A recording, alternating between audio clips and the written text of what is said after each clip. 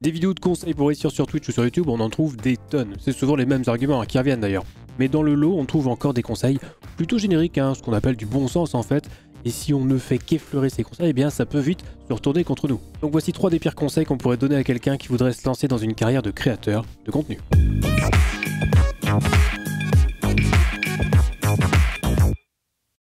Hello YouTube, c'est Tom, j'espère que vous allez bien. Moi, ça va. Bon. Alors, puisqu'il va être question de création de contenu aujourd'hui et de conseils pour réussir, ou plutôt les pires conseils pour se développer sur Twitch ou YouTube d'ailleurs, je vais caser le petit sponsor qui va bien. Ce sont donc nos amis de chez Owned qui sponsorisent généreusement cette vidéo. Merci à eux. Owned, c'est une boutique en ligne pour les streamers sur laquelle vous pouvez trouver des overlays de stream, des alertes, des badges, des émoticônes pour votre chat, mais on trouve aussi des bannières, des avatars, des panneaux de chaîne Twitch. Vous pouvez acheter des packs complets prêts à l'emploi, la plupart du temps ils sont modulables. Donc en gros, si vous prenez le même pack qu'un de vos potes, vous pouvez quand même vous démarquer entre vous. Comme par exemple avec le pack Zero Absolute Gaming, spécialement développé en partenariat avec Owned, justement. Et si vous décidez d'acheter sur la boutique Owned, n'oubliez pas le code TomTom qui vous permet de bénéficier de 50% de réduction sur toute la boutique. Et maintenant que ça c'est dit, on va passer à ces fameux conseils un peu pourris qu'on entend bien souvent. Alors ils sont pas pourris, mais il faut creuser un petit peu et réfléchir derrière, sinon ils peuvent devenir inutiles. Le premier conseil, c'est soyez patient. C'est à la fois un bon conseil, mais aussi un très mauvais conseil. C'est un bon conseil dans le sens où, à moins de faire partie du cercle ultra fermé des très gros streamers, le succès ne viendra pas du jour au lendemain, c'est évident. Je pense qu'arriver à ce stade, on en a tous plus ou moins pris conscience, donc il faudra de la patience et surtout de la persévérance pour réussir une carrière de créateur de contenu, que ce soit sur Twitch ou ailleurs. Des heures et des heures de travail, de réflexion autour d'un projet de stream sans spectateurs ou de vidéos sans vues. Donc oui, il faudra être patient. C'est un bon conseil. Mais c'est aussi un très mauvais conseil s'il est juste balancé comme ça. Et je vais vous expliquer pourquoi. En fait, c'est très compliqué de se fixer une limite. On va pas se mentir, pour ceux qui commencent à streamer sur Twitch ou à faire des vidéos sur YouTube, même si au début, on sait rester modeste au niveau de nos objectifs, on a quand même une petite arrière-pensée. On a tous plus ou moins envie de réussir. Il n'y a pas de honte à vouloir ça, c'est pas sale que de vouloir faire une carrière de créateur sur Twitch, sur YouTube, voire Facebook Gaming, pourquoi pas. Mais il faut se fixer une limite, une date butoir à laquelle on décide de prendre du recul et de se dire « Ok, ça fait 1 an que je me démène sur Twitch, j'ai 1000 followers, je gagne tant, est-ce que ça suffit? Est-ce que je continue dans cette voie ?» Et je vous cache pas que c'est une décision extrêmement difficile à prendre, justement parce que quelque part, on a tous cette envie que ça marche. Mais prendre la décision d'arrêter parce qu'on a su voir que ça ne fonctionnait pas, c'est non seulement une preuve de maturité, mais surtout ça vous évitera de perdre un temps monstrueux. C'est quelque chose que j'ai moi-même vécu, notamment sur Twitch. J'ai commencé à streamer en août 2017 sans vraiment avoir de projet, parce que bon, clairement, quand on débarque dans le milieu, on est un petit peu perdu, même si on regarde des bons tutos ou qu'on se renseigne avant de se lancer. Comme j'avais perdu mon taf, j'ai commencé à streamer. Les débuts ont été durs, comme pour tout le monde, à osciller entre 0 et 3 viewers. Puis grâce à certains jeux, j'ai pu augmenter mon compteur, des réguliers sont arrivés, tout ça, bref, on va la faire courte, au bout d'un moment je stagnais et à chaque fois que je perdais espoir et je m'apprêtais à arrêter, il y avait un événement qui survenait et qui m'empêchait, entre guillemets, d'arrêter. Par exemple, en novembre 2019, alors que mes stats stagnaient depuis des mois, j'ai gagné un tournoi de streamer organisé par Zerator.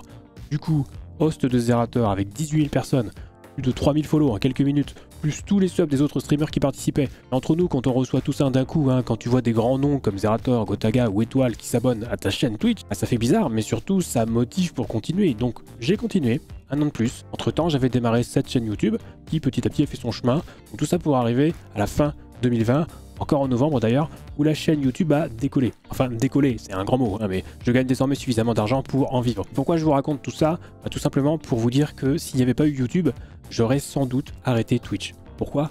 Parce que Twitch me rapporte entre 200 et 300 euros par mois. Personne n'arrive à vivre avec 200 euros par mois. Donc au bout d'un moment, quand ça fonctionne pas, il faut savoir s'arrêter. C'est ce que j'allais faire et YouTube a un petit peu sauvé ma chaîne Twitch, on peut le dire. Bref, tout ça pour dire que être patient, c'est une qualité indispensable pour réussir, mais ne sombrez pas non plus dans l'obstination. Fixez-vous des objectifs et des ultimatums. Sans ça, vous allez perdre votre temps alors que vous pourriez totalement faire autre chose et vous épanouir dans une autre voie. Et si vous n'êtes pas d'accord avec ce que je dis, n'hésitez pas à me le dire dans les commentaires. Moi, je fais le max pour toujours les lire en général. Et sur ce, on va passer au deuxième conseil un peu pourri, c'est faites-vous plaisir. Streamez ce qui vous fait plaisir. C'est un conseil qu'on entend très régulièrement et très souvent de la part des streamers qui ont déjà réussi. Alors oui, mais non, là encore, il y a une dichotomie. C'est un bon conseil dans le sens où si vous faites pas quelque chose qui vous plaît, plusieurs choses peuvent arriver. Déjà, ça se verra forcément si vous faites un stream par exemple, les viewers ressentent quand vous êtes fatigué ou de mauvaise humeur. Du coup, ça plombe un peu l'ambiance, le stream est de moins bonne qualité, l'audience baisse un petit peu. ça démotive, ça énerve, un cercle vicieux se met en place et vous allez finir par faire du travail de mauvaise qualité. Et deuxième chose, on peut se forcer à faire quelque chose qu'on n'aime pas, évidemment, hein, mais au bout d'un moment, plus ou moins long, hein, ça dépend des personnes, la lassitude va prendre le dessus. C'est humain, on a envie d'autre chose. Moi-même qui suis assez routinier hein, dans mon quotidien, j'aime bien quand ça bouge, quand il y a un petit peu de nouveauté. Faire toujours la même chose, ça va encore, mais si vraiment on n'aime pas du tout ce qu'on fait, au bout d'un moment, on finit par péter les plombs. Donc ça, c'était pour ce qui est relativement positif, si j'ose dire. Maintenant, on va considérer la chose d'un autre point de vue. On est en 2021, si vous voulez vous lancer sur Twitch ou sur YouTube, et vous n'avez pas de projet, vous n'irez pas loin. En fait, c'est comme pour tout, hein. Quand on crée une entreprise, on fait ce qu'on appelle un business plan. C'est un peu pareil avec le métier de créateur de contenu. Et forcément, quand on crée un projet complet, il y a des choses qu'on adore faire. Moi, c'est créer des trucs originaux sur Twitch, par exemple, et des trucs qu'on déteste faire. Dans mon cas, c'est tout ce qui est relationnel avec les marques. Envoyer des mails, passer un coup de fil pour recevoir un produit, négocier un contrat avec un sponsor. Tout ça me gonfle au plus haut point. Ça peut te bouffer une journée entière. Mais il faut le faire, ça fait partie du job. Ou alors on embauche quelqu'un pour le faire, mais bon, personnellement, je suis pas encore à ce niveau-là. Donc tout ça pour dire que oui, c'est important de faire quelque chose qui nous plaît, évidemment, de streamer des jeux qu'on a envie de streamer, de traiter des sujets de vidéos qu'on a envie de traiter. Mais il faut aussi bien prendre conscience qu'on fera forcément des choses qui nous plaisent pas dans le lot.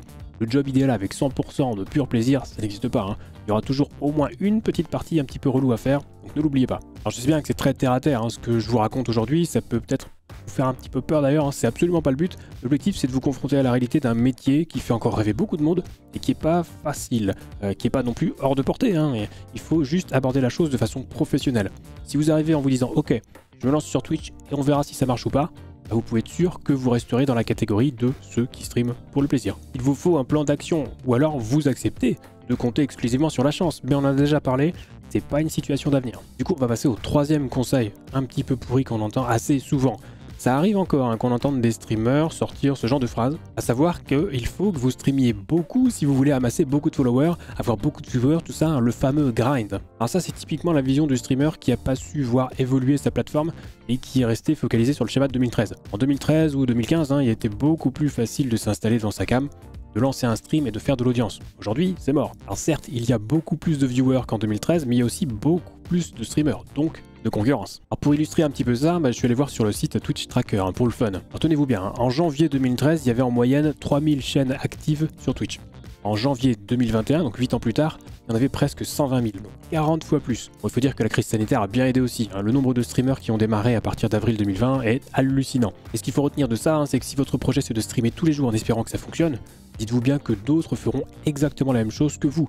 Et vous allez vous retrouver noyé dans la masse. Alors oui, parfois vous avez un coup de pouce d'un streamer plus gros qui vous fait un raid, mais pour l'avoir vécu, on en a discuté récemment en live, en général les semaines, voire les mois qui suivent un gros raid, c'est la foire au unfollow de masse et c'est assez dur à vivre mentalement.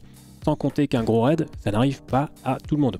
Bref, encore une fois, ne comptez pas sur la chance pour réussir, c'est à vous de faire le travail. Mais je comprends aussi que ce soit tentant de vouloir streamer tous les jours quand on débute, pour plusieurs raisons. Déjà parce que, on revient dessus, mais le nombre de spectateurs a également énormément augmenté ces dernières années. Là aussi on peut regarder des chiffres qui font peur. En janvier 2013 sur Twitch, il y avait en moyenne 150 000 viewers sur le mois. En janvier 2021, 8 ans plus tard, il y en avait quasiment 3 millions, c'est 20 fois plus. Notez au passage que c'est une augmentation 2 fois moindre que le nombre de streamers. Et la deuxième raison qui fait que c'est tentant de vouloir streamer tous les jours, c'est que partant du principe même du streaming, dès que vous êtes en live, on vous voit sur Twitch.